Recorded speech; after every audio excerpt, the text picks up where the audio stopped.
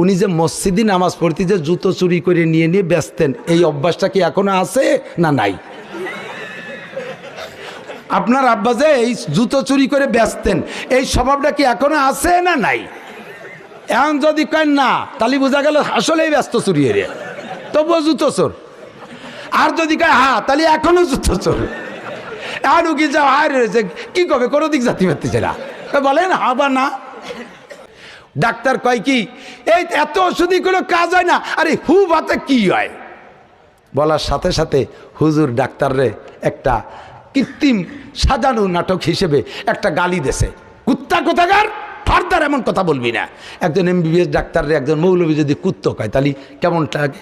ফর্সা টকটকে ফর্সা চেহারা এমবিবিএস ডাক্তারের, যেই ডাক্তার এই ঝাড়ফুঁক বিশ্বাস করতেছে না, ফর্সা টুকটুকে চেহারা, যখনই তারা কুত্তা বলে গালি দিয়েছে তখন চেহারাটা লাল হয়ে গেছে।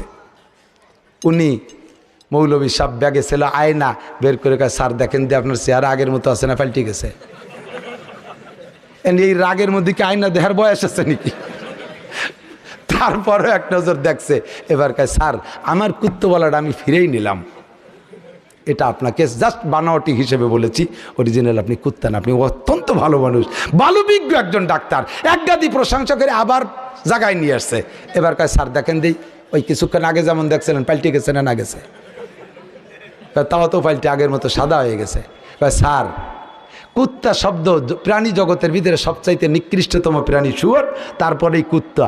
এই কুত্তা বাংলায় কইছি, তাই কর সাথে সাথে আপনার চেহারা যদি সাদা, চেহারা লাল হয়ে যেতে পারে। আমার আল্লাহর কালাম, কালাম আল্লাহর কালাম পড়ে যদি আমি কের গায়ে ফু দেই, তাহলে সাদা কালা আর কালা সাদা হইতে পারে কি পারে না? ডাক্তার কয় ওরে মৌলবী, এ পাও কোন জায়গা? এর নামই হলো এলেম। এর নাম কি? এলেম। আমরা বলি না আমরা ভদ্র, আমরা সভ্য, নীরবে থাকি, বলতে পারি না তা না, আমরা গালাগালি করতে জানি না তা না। নেতা হতে পারলি পাঠার মতো বকতে হবে, তাহলে বলো নেতা হওয়া যায়। যদি বইকে যদি নেতা হতে হয়, তাহলে আসো আমার সাথে বকে পাল্লা। তোমরা খালি পাবনার গালি জানো, আমি সারা বাংলাদেশের গালি জানি। চলো এক স্তরের পর যে গালাগালি ওরে পাল্লা, ফাঁকা জায়গায় যে গালাগালি করবো, আমি মুখ দিয়ে করতে পারবো না, খালি লেহে দেবো গালি। আমরাও জানি, দেই না সভ্যতা ভদ্রতা, কোরআন আর পোশাক আর সুন্নতে জবানটাকে কন্ট্রোল করে ফেলাইছে। কথা ঠিক করি না, নইলে জানি না তা না। হ্যাঁ, আল্লাহু আকবার। মৌলবীরা কোরআন হাদিস থেকে এত কিছু জানে, কথায় টিকতেই পারবেন না ইনশাআল্লাহ। যত বড় শিক্ষিত পণ্ডিত হোক, আসেন 10 মিনিটের মধ্যে আপনি কথা হেরে যাবেন ইনশাআল্লাহ। আল্লাহ। মোল্লা জিয়ন রহমতুল্লাহ, উলামায়ে কিরাম চেনে, নুরুল আনোয়ারের মুসান্নিফ। উনি বাদশা আলমগীরের সময় উনি ছিলেন ধর্মমন্ত্রী, মোল্লা জিয়ন। তাই মোল্লা জিয়ন রহমতুল্লাহ আলাইহি তো মন্ত্রীও। উনি মন্ত্রী হওয়ার আগে, সংসদে আসার আগে, যখন স্বাভাবিক মোল্লা ছিলেন, একটা কেসে পড়ে গেছে। এখন ওই কেস তো উকিলরা সর্বকালেই উকিলরা পরিচালনা করে। এখন ওই কেস নিয়ে 2-3 বছর ঘুরোয় যায় আর চা খাইয়ে তারিখ দিয়ে মৌলবীরে ফেরত দেয়। এখন মোল্লা জিয়ন বলতেছে, উকিল সাহেব আমি কিন্তু আজকে নিজেই কেস মুভ করব, আপনি আমাকে ঘুরাচ্ছেন, আর কত গেলে আপনার পয়সা খাবো, আমি জজ স্যারের সামনে যে আমার সমস্যাগুলো নিজে মুখে বলবো। এখন উনি যদি জজের সামনে যাই দাঁড়ায়, তাহলে তো বেদ ভেঙে যাবে যে ওই উকিল এই পর্যন্ত কেস উত্থাপনই করে নাই, ধরা খেয়ে যাবে উকিল। এই জন্য উকিল সাহেব মৌলবী সাহেবের ফতেরতে ফিরিয়ে দেওয়ার জন্য বলছে, উড়ি সর্বনাশ, আপনার কেস ধ্বংস হয়ে যাবে, আপনার হয়ে যাবে, আপনার জেল হয়ে যাবে। জানেন জজ সাহেব খুব অ্যাকুরেট মানুষ, উনি এক কথার মানুষ, উনি 2 কথা মোটে শুনতে চায় না। উনি হ্যাঁ বা না এই 2 কথার মাধ্যমে জব চায়। আপনি কি প্রত্যেকটা কথা হ্যাঁ অথবা না এর মধ্যে জব দিতে পারবেন? এখন মোল্লা জিয়ন কয় যে এই হ্যাঁ বা না দিয়ে মনের সব কথা কি ব্যক্ত করা যায়? আমি কোন ঝামেলায় পড়ছি তো মন খুলে কব, বলতে দিতে হবে হ্যাঁ বা নার মাধ্যমে। এটা কে পারে? উকিল সাহেব কয় হ্যাঁ আমি পারি, আমি প্রত্যেকটা কথার জব হ্যাঁ বা না এই 2 কথার মধ্যে দিতে পারি। এখন মোল্লা জিয়ন কয় তাহলে আমার কথায় আপনি জব দেন আগে খানিক, বলেন আপনি যে কথাই বলবেন আমি হ্যাঁ অথবা না এর মাধ্যমে আপনার প্রশ্নের জবাব দিয়ে দেবো। এখন মোল্লা জিয়ন পয়লা সাজাইছে কয়টা, কয় আপনার আব্বা তো খুব নামাজি মানুষ ছিলেন উকিল সাহেব? হ্যাঁ। হ্যাঁ দিয়ে জব দেবে অথবা না? হ্যাঁ। উনি তো কোনোদিন চুরি টুরি করতেন না? না। তাহার নাতে হয়ে গেল। এইভাবে 3-4 কইছে যাতে ওনার হা বা নার মাধ্যমে মেটে। এরপরে যাইয়ে দর্শে মোল্লা জিয়ন, উকিল সাহেব আপনার আব্বা তো নামাজি ছিলেন?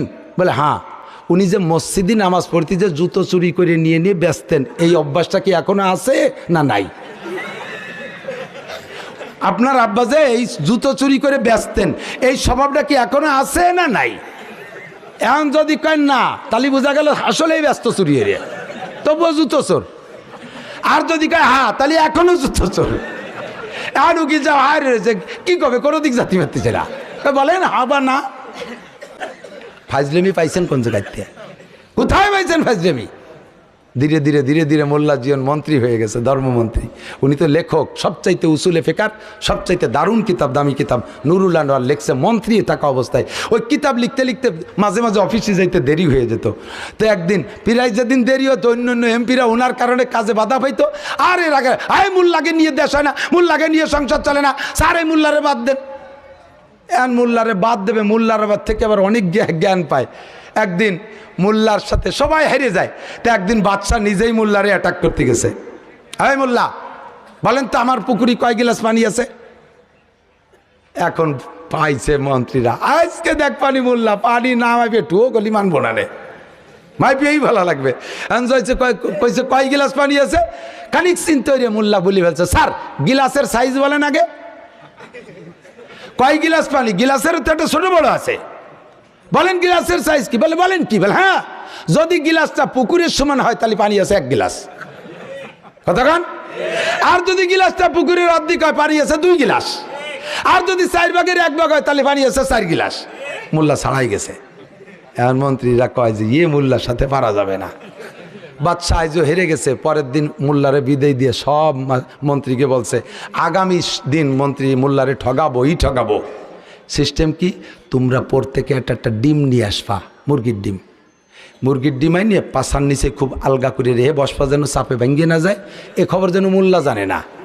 আমি কৃত্রিম সাজানি নাটক, মোল্লা দেরি করে আসবে, আমি এটা রাগারাগি করে বলবো প্রত্যেকে ডিম পারেন, সবাই পাশার নিচে একটা ডিম দেখাবা। মোল্লা তো ডিম দেখাতে পারবে না, বোকা সাজে যাবে। সবাই নিয়ে ডিম পাশার তলে নিয়ে বসে রয়েছে, মোল্লা দেরি করে আইছে। এখন বাচ্চা গরম হয়ে গেছে, আপনাদের দিয়ে কিভাবে দেশ চালাবো?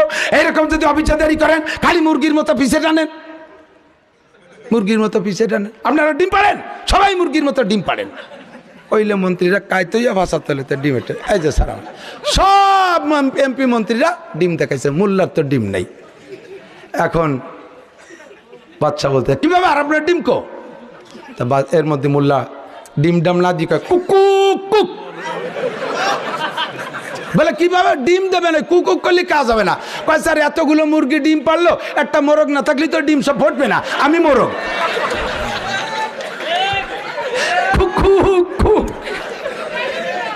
নারায়ে তাকবীর, আল কোরআনের আলো। এই কেবল জ্বালালাম সংসদে, ঘরে কে? আল কোরআনের আলো সংসদে জালো, উলামায়ে কিরাম যেখানে, আলেম নাই যেখানে, উলামায়ে কিরাম যে ইস্তেমায়, আলেম উলামা যে ইস্তেমায়, আলেম নাই যে ইস্তেমায়,